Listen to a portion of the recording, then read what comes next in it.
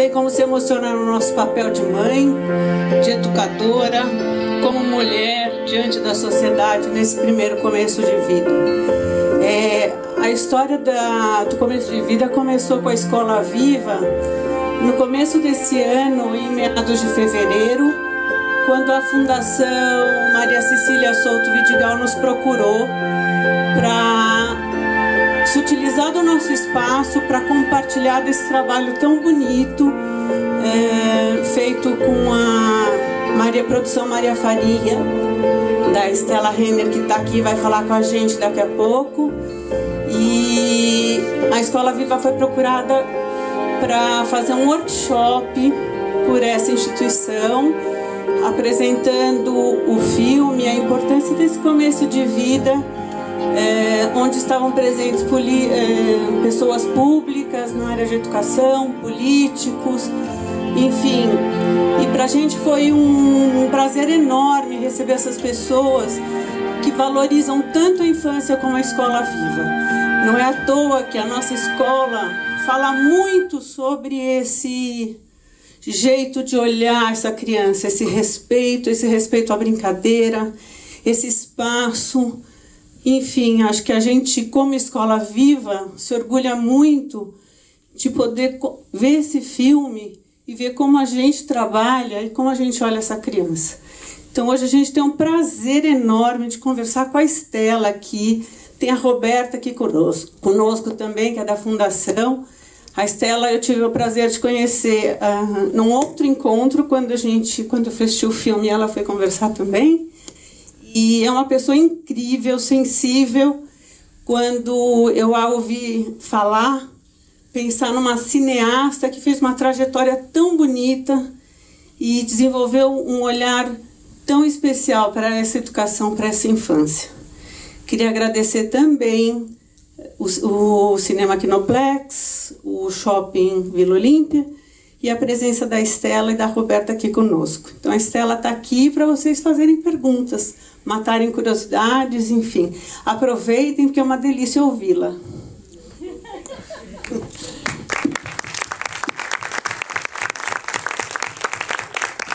Estela, acho que conta um pouquinho da sua trajetória para eles, da onde você vem, um pouquinho como foi, que quando eu ouvi, eu acho que fez muito sentido esse filme também.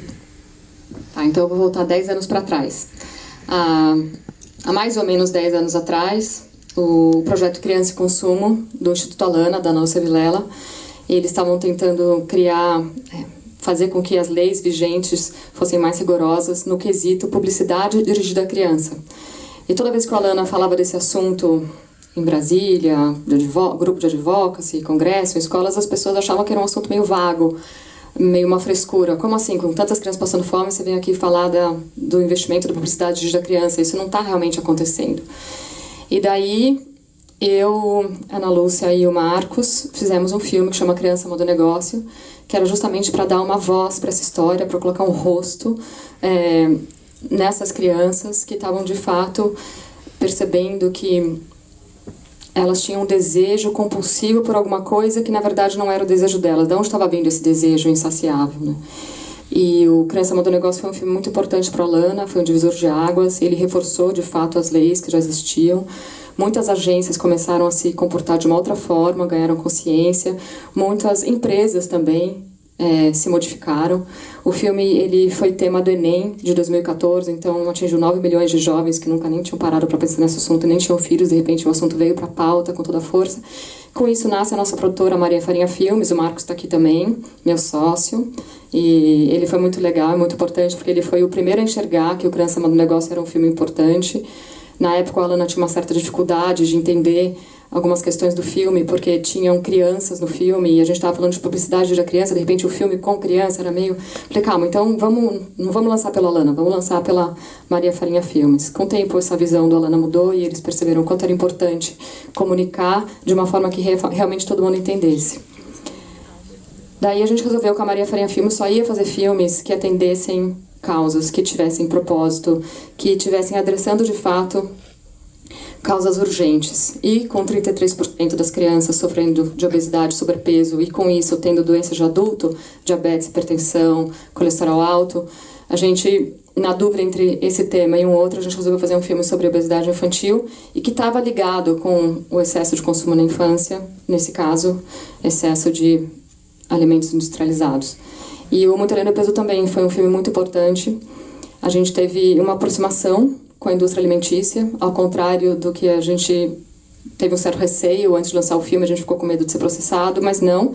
A indústria procurou a Lana, que buscou uma aproximação, não só buscou uma aproximação, mas como mudou muitas coisas. A própria Coca-Cola fez uma campanha mundial se posicionando contra a publicidade dirigida a criança com menos de 12 anos porque é abusiva, e uma líder como a Coca-Cola faz com que outras empresas a sigam. Eles já tinham assinado uma pledge se comprometendo, mas as pessoas não sabem o que é pledge. Então eles de repente estavam fazendo uma campanha no mundo inteiro, em países que ainda não tinham começado essa discussão, e eles se posicionaram contra a publicidade dirigida à criança. Então o Muito Além do Peso ele foi uma ferramenta de sensibilização, e várias instituições provocaram essa, principalmente o Alana, porque a Coca-Cola procurou o Alana para falar disso. E a gente fez alguns outros filmes, a gente fez Território do Brincar, a gente fez Tarja Branca, e realmente a gente começou a perceber que a gente precisava criar ferramentas de indicadores, mensurar o que o filme estava fazendo, porque os filmes começaram a ser exibidos espontaneamente. Aqui na Escola, né, a Escola Viva fez essa exibição espontânea, né, e muitas outras estavam fazendo Muito Além do Peso. Com isso a gente criou uma plataforma que chama Videocamp. No Videocamp qualquer pessoa pode baixar um filme de graça, não só os filmes da Maria Farinha, mas tem 300 outros títulos ali, e pode fazer sua exibição pública. A única coisa que o site te pede de volta é que o número mínimo de 5 pessoas assista com você, e que você mande uma foto, e também, de fato, quantas pessoas foram ver o filme, porque isso cria indicadores. A gente lançou O Começo da Vida em 23 salas de cinema, porque foi o número de cinemas que a gente conseguiu. Através do Videocamp, 6.000 pessoas no mundo inteiro, inclusive no Brasil, mais no Brasil do que em qualquer outra parte do mundo, baixaram o filme e fizeram sua própria exibição. Então, de 23 salas de cinema, pulou para 6.000 exibições. Com isso, a gente atingiu, só no Brasil, 853 cidades e todos os estados. E no mundo, através do Videocamp, a gente atingiu 53 países. E eu acho que o Começo da Vida, ele tem essa trajetória importante, porque ele conversa com o universal, né, com o sentimento profundo de todo mundo, de querer que as crianças sejam livres para realizar seu próprio desejo, que já era um pouco o desejo do Criança Amando Negócio, do Muito Além do Peso, do Território do Brincar, do Tarja Branca. Tem uma certa coerência nos filmes da Maria Farinha, e não só nos filmes da Maria Farinha, vários movimentos sociais. Tem um grande coletivo de gente buscando isso, buscando um mundo realmente livre, realmente democrático, realmente criativo, realmente inteligente. E eu acho que essa amplitude, essa dimensão que o Começo da Vida está tendo, só está dando voz para as pessoas que já estão aí nesse movimento, porque a gente filmou em vários países, em 9, e todos os países que a gente ia, as famílias recebiam a gente de uma forma muito corajosa, dando pra gente o que era de mais precioso neles, que é a intimidade deles com os filhos, né? É difícil, eu não teria coragem de expor a minha família da forma que eles expuseram para minha equipe, e dava uma sensação de que eles estavam querendo muito que esse filme existisse. E é assim que as pessoas receberam o filme. A Unicef esse ano resolveu que vai lançar a campanha de primeira infância global delas, dia 5 de outubro, fazendo uma exibição simultânea do filme em 190 países. Então, olha como o mundo está realmente buscando esse amor, esse afeto, essa empatia. Falei bastante, né? Primeiro dá... Não tá funcionando? Dar os parabéns, assim, uma temática tão simples, né? É tão simples isso tudo. E é uma obra-prima, esse filme é uma obra-prima. E a gente vê hoje em dia, a gente que é mãe, que trabalha com criança, a gente escuta muita coisa. Hoje a gente fala que Deus simples, né? As pessoas, todo mundo falando, eu quero que meu filho seja feliz, que ele tenha tudo. E parece que o básico está faltando. E o básico é tão simples, que é a empatia, é o espaço, é olhar para o outro, é olhar para o espaço, é a criança se desenvolver. E como é bom ver que a gente não está sozinho, né? O que a gente está sentindo, as pessoas estão falando, elas estão vendo. É o pobre, é o rico, a gente não precisa muito, né? Mas parece que a gente não precisa muito, mas a gente está muito longe, de alguma forma. E ver um documentário desse, ver tanta gente assistindo, dá uma... não é um otimismo, mas dá aquela coisa de estamos junto, né? A gente não sabe muito como fazer, mas a gente está junto, a gente está vendo que é isso. A gente precisa abrir esse espaço para essa fala do simples, né? Do olhar para o outro, do dar a mão, do deixar a criança ser, né? Sem ter que oferecer tanta coisa, tanto consumo, tanto eletrônico. É diferente daquela coisa do pensamento, você falar, não, na minha época, né, eu não tinha um pensamento nostálgico, mas é o simples, é olhar o que está na frente sem tanto, a gente não precisa tanto elemento, né? Parece que o elemento básico, que é o próximo, a comunidade, o amor, a ajuda, o espaço, está na nossa frente e, por um lado, a gente está perdendo, né, que a gente vê tanta coisa acontecendo, e por outro lado, a gente está aqui e estamos sentindo a mesma coisa, né? Não sei se eu consegui me expressar, porque eu estou realmente muito tocada. E te dar os parabéns estou me sentindo mais do que nunca parte. É muito bom pertencer, né, a essa poesia da vida, assim. Obrigada. É isso. Obrigada. Só para fazer uma pergunta, pergunto quanto tempo levou para fazer esse filme e por que não colocou os países, por que optou não identificar os países. Mas o principal que eu quero colocar aqui, aí é mais ou menos na linha dela, é expressar os sentimentos mesmo. Concordo, uma obra-prima, e acho que sim, um filme perene. É um filme que é um clássico, acredito mesmo, Estela. Parabéns. E a forma como você conduziu é exemplar, porque é lindo as dicas e o compartilhamento dos sentimentos de mãe e de pais. E sutilmente você colocou o tema que é por que algumas crianças não têm direito à infância. Quer dizer, super bacana o que a gente vive, somos privilegiados, temos tudo, nossos filhos têm tudo, mas tem um monte de criança aí que não tem nada. E eu espero, assim, sonho, né? Como a menina, eu não tenho sonho. Então eu espero sinceramente que esse filme tenha voz, e por tudo que você está falando aí, né? A Unesco?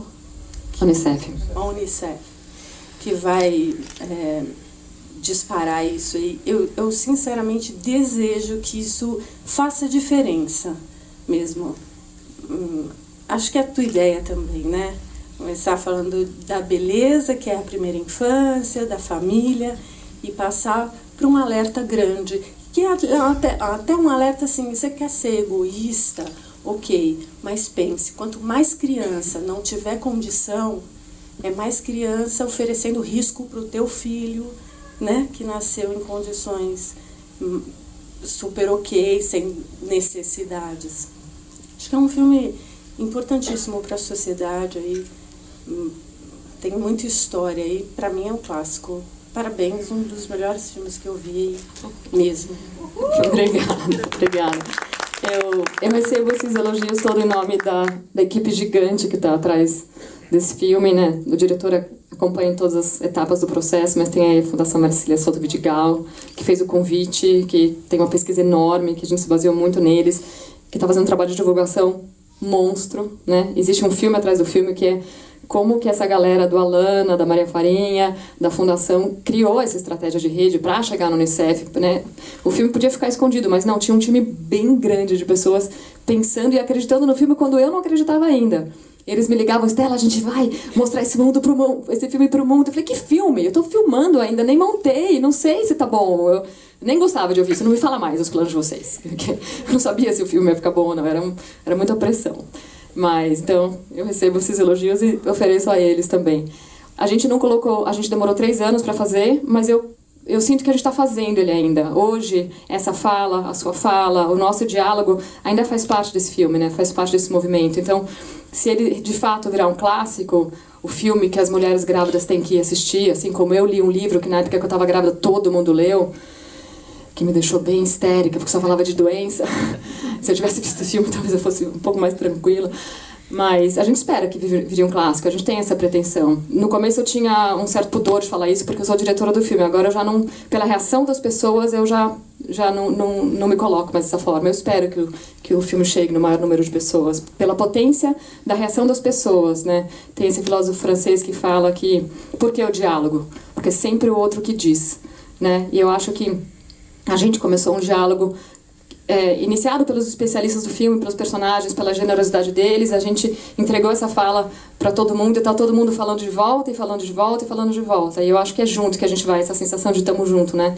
E eu acho que a gente está junto nessa fala, nesse grande diálogo. E o que a gente está recebendo, como vocês colocaram agora, é muito além do filme, né? O filme talvez seja uma pedra de toque, mas o que o público está trazendo de volta é muito maior. E o que é mais impressionante é que em todos os lugares, quando a gente fez um lançamento na ONU, em Nova York, e tinham mulheres de burca, e tinham gente, Paquistão, Albânia, e o que as pessoas pegavam no microfone para falar era muito parecido com o que vocês duas falaram. Então, o quão universal, né? O quanto todo mundo está com muita sede disso tudo, né? Desse mundo do ser e não do ter, né? O quanto a gente realmente despriorizou uma coisa que é tão simples, né? O estar, mesmo que imperfeito, o olhar, o escutar. A gente precisou fazer esse filme, é louco ter precisado, a gente precisou fazer esse filme é importante, mas no mundo ideal, a gente, né, como você mesmo falou, é simples. Bom, respondendo à pergunta, a gente não colocou o nome dos países porque a gente não queria que o recorte fosse o país. Uma família do Quênia não representa o Quênia. A gente não queria que fosse um recorte cultural, a gente queria deixar bem óbvio que a gente falou de vários backgrounds, várias culturas de fato, várias classes e tal, mas não que aquela criança represente ou aquela família represente o Quênia. A gente estava falando da resiliência de uma mulher no Quênia, a gente estava falando do abandono de uma mulher na Índia, a gente estava falando dos sentimentos que nos unem. Então eu achei que ia ficar muita informação na tela e um pouco errado colocar o nome do país, porque as pessoas, já aconteceu, nossa, então quer dizer que lá na Índia os pais são menos machistas, eles cuidam juntos? Não, a gente escolheu uma família que o pai cuida junto para criar um universo inspiracional. Em vez de ficar julgando a cultura machista, a gente escolheu colocar relações de parceria no filme. Apesar do filme ele ser muito baseado em pesquisa, ele não está preso a ela, porque um dos objetivos do filme é criar um universo inspiracional e não distópico, como todos os filmes que falam de futuro hoje são, que são cinzas, são sem natureza, são sem água, são cheios de pobreza. E eu acho que se a gente não sonhar junto, e as imagens têm muito esse papel, fica difícil chegar nesse futuro onde o afeto e as prioridades que a gente tem de vida realmente são as que nos unem, são os importantes, né? Boa noite, parabéns. Só completando, não é uma novidade, mas queria contar que todo esse processo, desde o começo que você contou, faz muito parte da minha vida, porque eu dei aula na Alana em 2007, durante um ano, e eu já dava aula na Escola Viva. E eu tive uma grande constatação, assim, no coração, que o que as pessoas estavam realmente carentes era independente da classe social. Que o que eu percebia de reação, de atitude, do que seria um destempero na classe do Jardim Pantanal, né, que é o lugar onde a Alana atuava, que é comunidade, né, periferia, para quem não conhece, é em São Miguel Paulista, num lugar que praticamente não tinha saneamento básico, que eram crianças que tinham um alto risco social, crianças que cuidavam de seus irmãos, filhos de pais marginais, enfim. E eu percebi a mesma, não era o mesmo motivo, mas era o mesmo tipo de dinâmica coletiva que aconteciam nas crianças de classes sociais muito diferentes. E eu comecei a me dar conta que a gente estava parecia que estava sucumbindo de humanidade, que quanto mais a gente entrava nessa dinâmica global, que é incrível, não tenho nada contra a tecnologia, parecia que a gente dava menos valor para as coisas que são orgânicas e naturais e que era isso que a humanidade estava gritando. Parecia que era isso que faltava. Em paralelo, meu marido é um publicitário e eu vivi a consequência, eu vi o que aconteceu no meio publicitário com todo esse movimento, desde a questão de tirar as crianças e realmente, assim, é de tirar o chapéu. É uma coisa que a gente nem consegue medir, mensurar de fato o quanto que isso já faz diferença no nosso dia a dia hoje. Então, sim, só dar muito parabéns, porque dar voz a isso, você continuar, é o que vocês falaram, né? Assim, esse trabalho não acabou na tela, ele vai continuar reverberando, e assim como a Gisele Bündchen falou, e a mãe de 12 filhos falaram a mesma coisa, né? O que a gente precisa, e nós, pais, professores, hoje, amanhã, na hora que a gente encontrar, né, os nossos pares, é isso, é olhar nos olhos, é ouvir e é cultivar aquilo que a gente está para fazer, né? Porque não é dar só liberdade para a criança fazer tudo, a gente está falando de contorno, de formação, mas sim com essa qualidade humana que ela não é inata. A gente não nasce sabendo, a gente desenvolve no dia a dia, né? Então, obrigada mais uma vez e parabéns. Obrigada. O que vai acontecer, né, Ana? Você nos contou que vocês têm muitas e muitas horas de filmagem, né?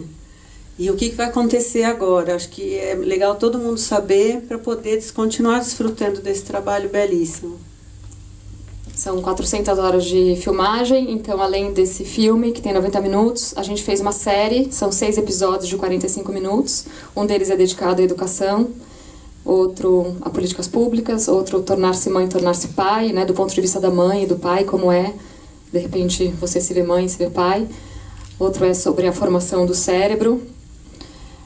Qual mais? Um é sobre o ambiente vulnerável, né, você ter filhos na diversidade. Falei 6 já. Eles vão estar disponíveis no Netflix a partir de outubro e no Videocamp, nessa plataforma gratuita também, a partir de outubro. Eu convido vocês a fazerem parte dessa equipe e exibirem os episódios de interesse na casa de vocês, chama 5 amigos.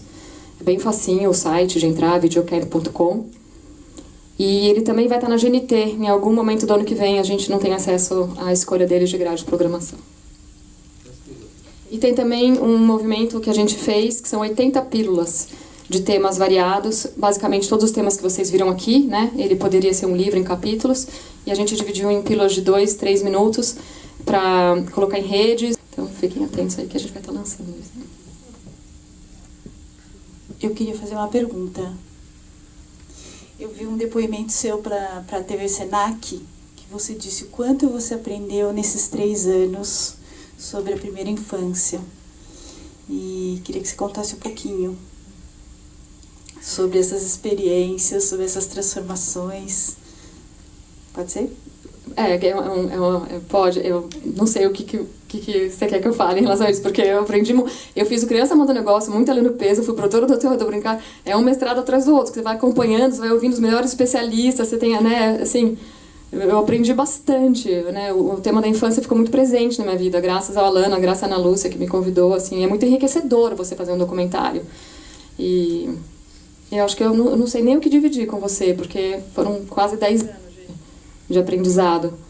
Eu acho que uma das coisas que eu posso dizer, assim, é o papel do professor. A gente está aqui numa escola, né? A minha sensação quando eu fui para a Reggio Emília, que está muito alinhada com tudo que a Viva faz, é que a escola não é preparação para a vida, é a própria vida. E o respeito do professor e a oportunidade que o professor tem de dar voz para as crianças, para a escuta e saber que aquilo vai reverter na vida inteira dele, né? Então, eu acho que essa foi uma coisa que eu não tinha tanta noção, principalmente na primeira infância. Meus filhos são grandes hoje em dia, e eu realmente achava que o aprendizado deles começaria mais tarde, assim, na escola formal. Eu acho que eu fiz vários acertos, assim, enquanto mãe, mas eu não tinha esse olhar para a escola que eu tenho hoje, sabe? De entender né? A gente fala tanto de que universidade que a criança vai fazer, e a pergunta que a gente tem que estar se fazendo é: ela brincou? Ela se relacionou com a natureza? Ela teve amigos? Ela foi olhada? Ela ouviu histórias? Então isso foi um shift, assim, que deu, assim, no meu saber. Eu comecei a achar que a creche é muito mais importante que a faculdade. Quais são os próximos projetos da Maria Farinha?